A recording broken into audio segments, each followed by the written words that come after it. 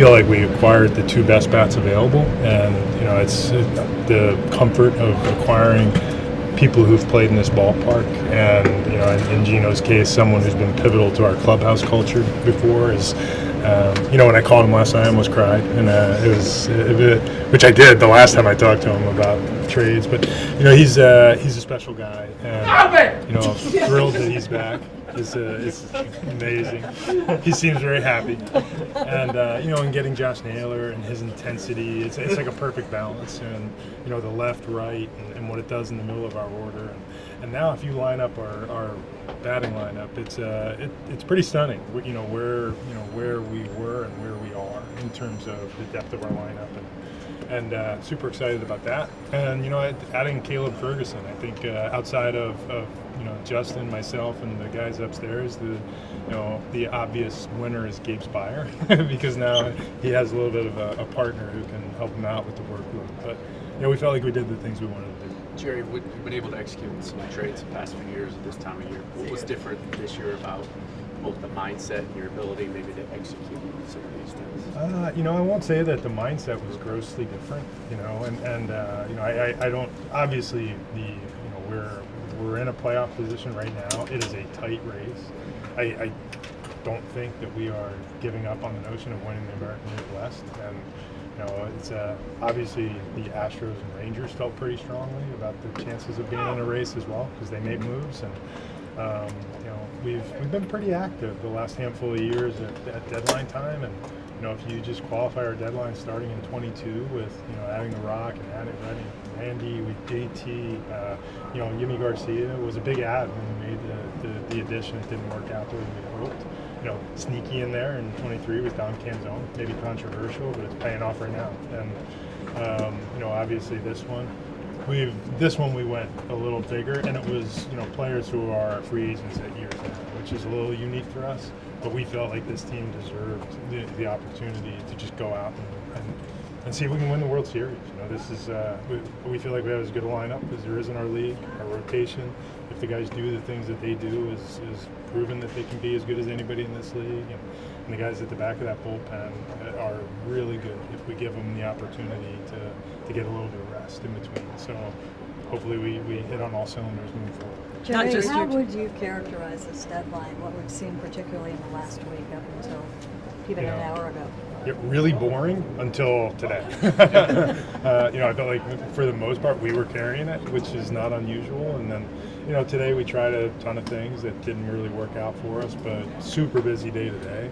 I was fascinated with what was happening with relievers around the league. We were in a lot of those conversations for weeks now on the back end bullpen guys, and felt like we were in the end zone in one case and near the goal line in some others. But really active deadline. I thought it was shockingly mild on starting pitchers changing address, but the bullpen and the returns for bullpen, I think this was about as aggressive as teams have been with their farm systems in quite some time, us included. So. Do you think there's anything that you wish you had done for this trade deadline, or anything you think you've missed, specifically regarding starting pitching, but also about some of the bullpen players you might not have acquired that you wanted to? Yeah, we were pretty, I guess, loosely tethered to the starting pitcher market, mostly because there weren't that many available, and we didn't feel like there was an obvious upgrade for us with the idea of Logan Evans and Emerson Hancock and the ultimate return of Bryce Miller, whenever that is. We felt like we were in better shape than most. We really focused on the bullpen, and would we have liked to add one more guy? Sure. That's why we were in the market. We came up a little bit short. Jerry, you mentioned going a little bit bigger this year relative to previous seasons. I'm curious, you mentioned this team kind of proved it to you, but what prompted that change in philosophy? Why now versus other previous years where you're competitive in the hunt, things like that? Mostly Justin told me to. I think we've spent a good deal of this, mostly the whole season, either in first place or in a playoff position. But I think Cal's having an MVP type of season. We just had 5 All-Stars. We have a really deep team. I think if you talk to other clubs in the league, they're pretty, bullish on what we're capable of when we're hitting on all cylinders. And while we had a hot streak early in the season, we really haven't hit our next hot streak, and it's coming. And I believe that adding to this team, adding some energy to the room, and you know, just showing the guys that we believe in what we're doing was important. And I think the response has been great. Jerry, Jerry, I'm sure what's you had the- belief in the guys that you moved out and such over this deadline period, but to hold on to your 8 top 100 prospects out of this deadline too, and still be able to get Gino and Naylor and Ferguson out of that, how do you feel about that side of things with the eye on the future still being there while adding the pieces you did right now? You know, we'll always have, you know, I guess 1 foot in the present, 1 foot in the future type of mentality. But you know, we might have been standing more heavily on the left foot in this case, and that's what happens when you're down to 50 games. Thrilled that we still have, you know, the group of high impact players at the minor league level. We didn't really touch the top end of our system, and for the most part, that's intentional. We also didn't feel like that our needs, you know, merited us getting into that group if we were able to address our needs outside of it. And like I said, in our minds, we acquired the 2 best bats on the market. And, you know, we were ideally focused on bullpen in general, but we did want another lefty, and we thought Caleb Ferguson was as good as anybody available.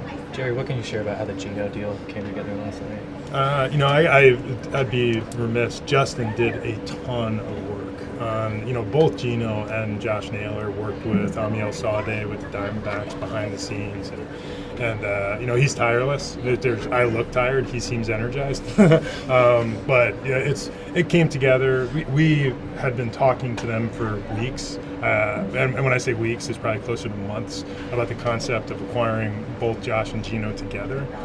They wisely broke the 2 apart, and I think they did better by doing that. And you know, we knew we were going to be the team that was ultimately likely to do better for them. You know, they were number 1 and 2 on our list, or 1 and 1A, and you know, we were able to reel them both in. And I wouldn't say it came together quickly. This was a long process, and one we just never put down the phone on. And I give Justin a ton of credit for the grind that he went through to bring it in, and I think we got better because of it. Had Locklear specifically been in the negotiations for some time?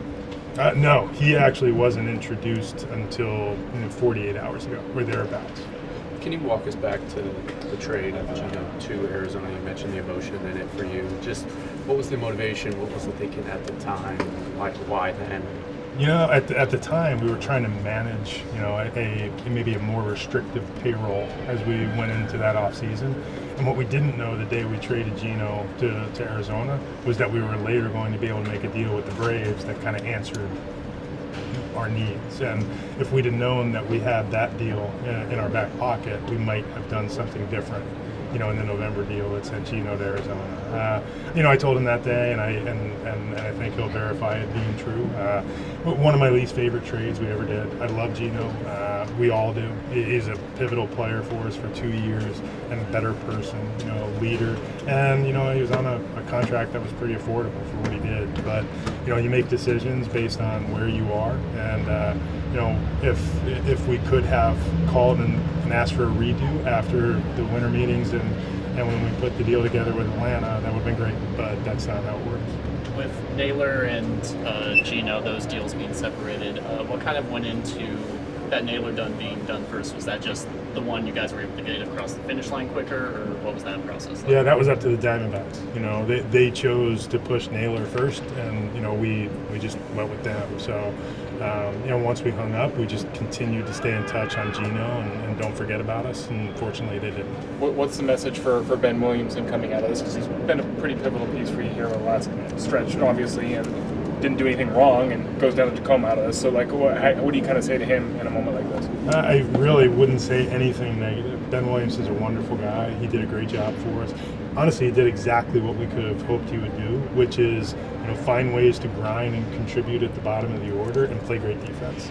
And I know he'll continue to do that. We hopefully are able to kind of pick back up in his offensive development. And you know, he went very quickly from William and Mary to the big leagues, largely because we had a gross need due to injury, and he stepped in and handled himself wonderfully well. But you know, we've got 50 games left, and we had a chance to go acquire the guy leading the National League and RBI, you know, who's been arguably the most impactful offensive player at his position in the big leagues for the last calendar year. So we did it. Jerry, kind of building off that, what do you see now that the dust has settled on the roles for Dylan and Solano moving forward? You know, a lot of that's going to be up to Dan, but this is probably, you know, the most static our team has been all year is, you know, you have a first baseman, you have a third baseman. You know, we've been weaving together platoons for a lot of the year. I think Polo's done a remarkable job at DH. Now he's, you know, I guess healthy enough to go play defense. So stepping in and playing second base versus lefties is an advantage for us. We love the progress that Cole is making. You know, really since the end of his first week as a big leaguer, he's been pretty awesome quietly. It's the guys who, you know, man the bench will continue to man the bench, and, you know, finding opportunity for them. They've spent their careers as role players, and I think they will continue to play a role on this team. What were the kind of the thought process behind keeping Dylan Moore and Solano in the big league roster and sending down Williamson and making those specific decisions? We don't want Ben to sit and watch other people play. You know, there's Gino's your third baseman now, and you know, it's and that's likely, barring injury, to be the case through what we hope is the end of the World Series. You know, he's not a guy that generally takes too many days off. He's not a guy that you replace. He's not a guy you pinch hit for. He's going to hit the middle of your lineup, and we didn't want Ben to sit as a caddy and watch somebody else play when, you know, he can probably go get a couple of hundred plate appearances and play quite a bit if we allow him to do that to Tacoma. You referenced it a little bit earlier, but now that the dust has settled on the day, you look around the American League. What is your reaction? You know, I haven't really had a chance to look around the American League. My reaction is I'm glad we're done playing the Yankees because their bullpen is pretty ridiculous. You know, I look and say, boy, a lot of teams tore down in ways that were, you know, pretty massive. And you know, this I will say, and the Yankees are representative of it. The activity you saw in the American League West. You know, the American League is wide open, and I think the behavior of the teams in the league showed you, who thinks they have a shot, and we're among them. Do you think the added playing spot in the last few years has increased the amount of teams that are looking for this competitive spot? I mean, sure. It makes it later. It makes the process a little bit later. But, you know, for as long as I've been in baseball, everybody wants to be in this position in July, and when you are, teams behave aggressively, and I think that's, for 3 of the last 4 years, that's been us, and we want to do it again. What is the benefit of being the first team to kind of make the big move and then put other teams, especially in the division, in the position of reacting? So generally for us, we think having the player for the extra week or 10 days is pretty important. You know, and we also don't mind setting the bar. We have a bit of a reputation in the league for people know that when we say this is what we'll do that thing, and we're generally, you know, we'll try to get it done for less than that. But if we can make a deal happen, then we're more aggressive on the front end. And, you know, we don't mind setting the bar for the rest of the league during the deadline. And, you know, I will say we tried to do that with some high-end relievers, and, you know, we were roughly laughed off the mark. And when I saw what they were going for, I thought, well, they were right. But, you know, we are aggressive by nature in the market. I think the league, when we say this is what we'll do, they know that's about as far as we're going to go. And I think after vetting the other, you know, teams who might be interested in, say, a Josh Naylor or a Gino, and you find that they're below our line, you know, we found the Diamondbacks just jumped. And because they had Josh, they had Gino, they had Merrill Kelly, they had Randall Grichuk, they had other players that were ultimately going to be on the move. At some point, you have to move someone and allow yourself enough time to logically think through moves. And, you know, and we've always done business well with the Diamondbacks. Like, we have good relationships there, and that kind of paid off again. Gino mentioned that looking at this lineup, it's one of the best in the American League on paper. From your vantage point, how do you view this lineup compared to past years post-deadline? I mean, this is the best lineup we've had since I've been here, without question. And, you know, it's when you look up on a given night, you've got, you know, Polo hitting 7th, who's rocking something near an 800 OPS for the most part, and, you know, on a 25 homer pace or thereabouts. You know, Dom Canzone and his, you know, who I think has been legitimately good since the day we brought him back from Tacoma. hitting down at the bottom of your order. Cole Young, who I think is among the top 10 hitters at his position since the end of his first week in the big leagues. That's a good bottom of your lineup, and we can left, right, in the middle. You've got switch hitters. There's balance. We have speed. I think right now we're the only team, and this is without adding Gino to the mix until today. I think we're the only team in the American League to be in the top 3 in the league in WRC plus home runs and stolen bases. Because we have a lot of offensive talent, and the fact that we've played kind of win 1, lose 1, win 2, lose 2 for a while now, I don't think is reflective of our talent. We have to get some traction, and hopefully, like I said earlier, this stokes the fire and gets us rolling in the right direction. What's the key to finding that traction and that consistency? Hopefully Gino.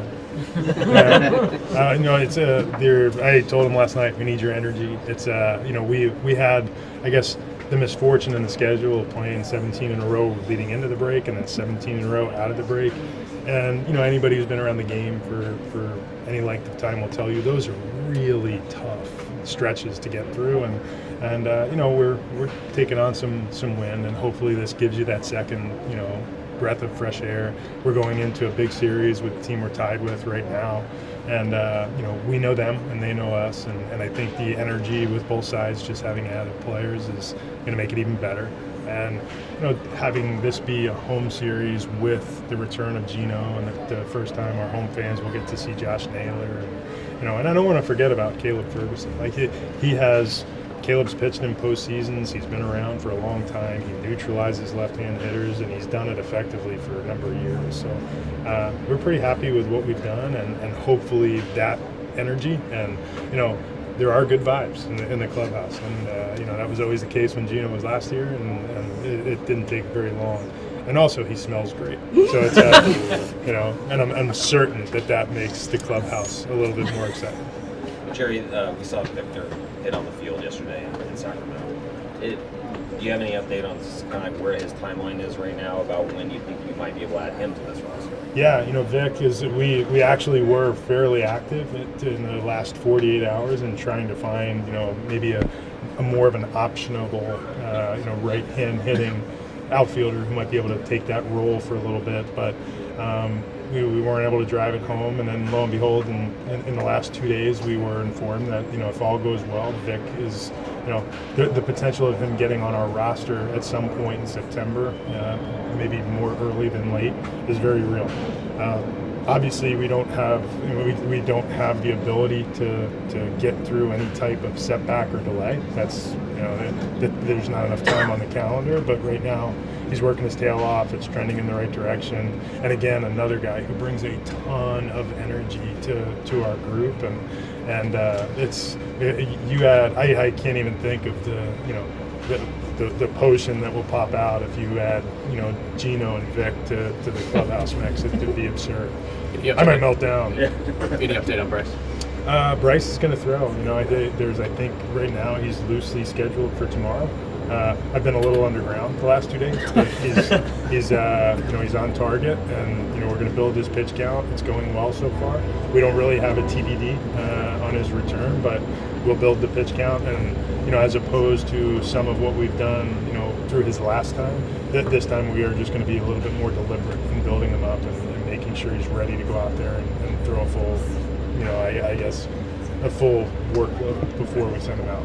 Listening to Josh Naylor talk, he's so analytic and thoughtful, and really seems to love baseball in a deep way. He feels Mariner-y. Has he been a target in the past, or is he not just maybe the best bat that was on the market, but the best Mariner bat that was on the market? So he's been a target in what seems like forever for us. Obviously Josh has changed addresses a couple of times.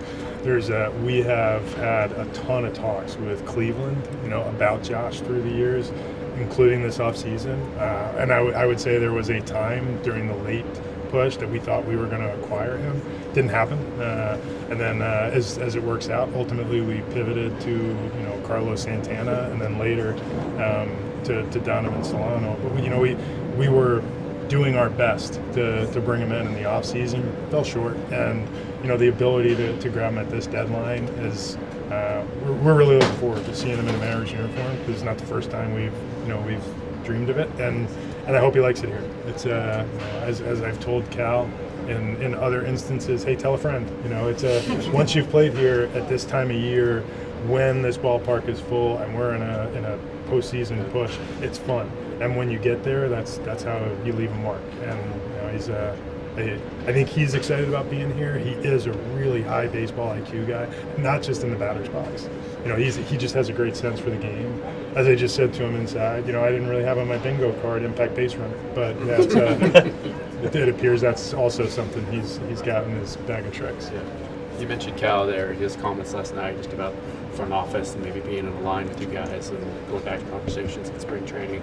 Just, I don't know, how does that make you feel, and is that kind of a step forward for a guy like him having a great season, but also as a leader and a guy who's out there in front about what this organization is trying to do? He's been there for a while, and that kind of predates, MVP Cal. He's been there for a while. I think he is in tune with what we're doing, in addition to being our, platinum glove catcher and kind of burgeoning team leader and potential American League MVP. He's kind of like an assistant GM as well. So he watches the league, he observes, he knows the players, he has opinions. Cal's a great baseball guy. In addition to being great at his job on the field, he sees things that a lot of guys don't, and I think he cares about the game in a big way. And he was pretty pumped. There was happy texts, and I think it's when you keep star players happy, that doesn't stink either. When you say assistant GM, are you keeping him appraised of a lot of these negotiations? I wouldn't say negotiations, but I have developed a pretty good back and forth with Cal, and I know he trusts Justin, and we will generally visit on our direction, what we're trying to do. So as we're going into the deadline, the same way I might inform you, I'll sit and talk with Cal and kind of run ideas by him, players by him, ask about how this guy might fit in the clubhouse or, things like that, which isn't, out of the norm. It's something we've done for years with veteran players, and Cal's now in that category. And like I said, quality on the field, off, cares about the organization, and through the years I found out that he probably has as much care and information on the players you might be talking about, and I appreciate the fact that sometimes he'll, and other times he gets pretty excited, and I think he's pretty excited right now. Thank you, guys. Jerry. Thanks, Jerry. Thank you.